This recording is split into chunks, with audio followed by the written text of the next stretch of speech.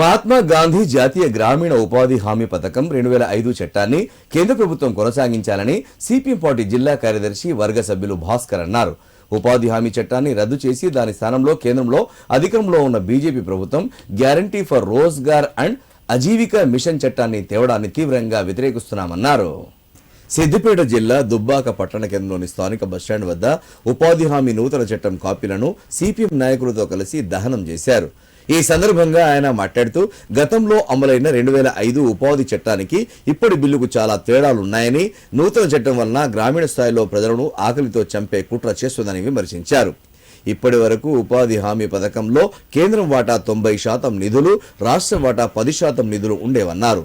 కేంద్రం వాటా 60% తగ్గించి రాష్ట్రం వాటా 40% పెంచడం వల్ల ఉపాధి హామీ పథకాన్ని మోసం చేసే కుట్రలో భాగమే, మరొకటి కాదన్నారు. ఈ చట్టాన్ని వెంటనే సవరించకపోతే రానున్న రోజుల్లో కార్మికులతో కలిసి ఎలాంటి పోరాటానికైనా సిద్ధంగా ఉన్నామన్నారు. కార్యక్రమంలో సిపిఎం పార్టీ నాయకులు సాదిక్, లక్ష్మీ నరసయ్య, సాజిద్, నాగరాజు, సుధాకర్, రాజు పాల్గొన్నారు. కేంద్రంలో అధికారం ఉన్నటువంటి బీజేపీ ప్రభుత్వం దేశంలో 2005లో తీసుకొచ్చినటువంటి జాతీయ ఉపాధి హామీ పథకంలో మహాత్మా గాంధీ పేరును తొలగిస్తూ జీరామ్జీ పేరును తీసుకొచ్చేటువంటి చట్టవిరుద్ధమైనటువంటి కార్యక్రమాన్ని కేంద్ర బీజేపీ ప్రభుత్వం వివరించింది. అదేవిధంగా ఈ నూతన చట్టం వలన దేశంలో ఉన్నటువంటి పేదరికాన్ని మరింత పేదరికంలో నెట్టేటువంటి కుట్రల్లో భాగంగా నూతన ఈ యొక్క ఉపాధి హామీ చట్టం బిల్లు కేంద్ర ప్రభుత్వం తెచ్చింది.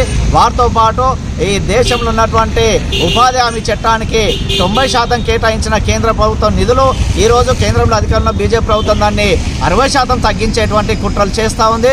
వాటితో పాటు ఈరోజు ఎస్సీ, ఎస్టీ, బీసీ, మైనార్టీల ప్రాంతాల్లో సామాజికంగా అభివృద్ధి కొరకు ఉపాధి హామీ పథకం ఎంతనో దోహదపడ్డది.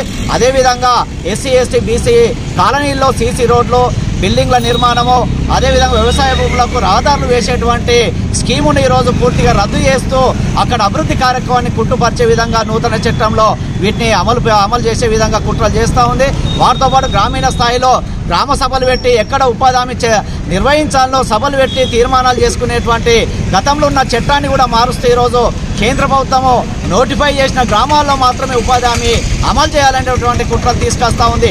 గతంలో నిరుద్యోగులు ఉన్నటువంటి యువతకు ఉపాధి పని కావాలని 15 రోజులలో ఉపాధి పని చూపించకపోతే నిరుద్యోగ వృత్తి చెల్లించేటువంటి చట్టం ఉంది. దాన్ని కూడా పూర్తిగా తుంగలో తొక్కుతూ రద్దు చేస్తూ ఈరోజు నిరుద్యోగులను కూడా పూర్తిగా దివాలా తీసేటువంటి పద్ధతిలో కేంద్ర ప్రభుత్వం వివరిస్తూ ఉంది. అందుకనే సిపిఎం పార్టీ ఆధ్వర్యంలో దేశవ్యాప్తంగా ఇప్పటికే నిరసన కార్యక్రమాలు చేస్తూ ఉన్నాం. వీటితో పాటు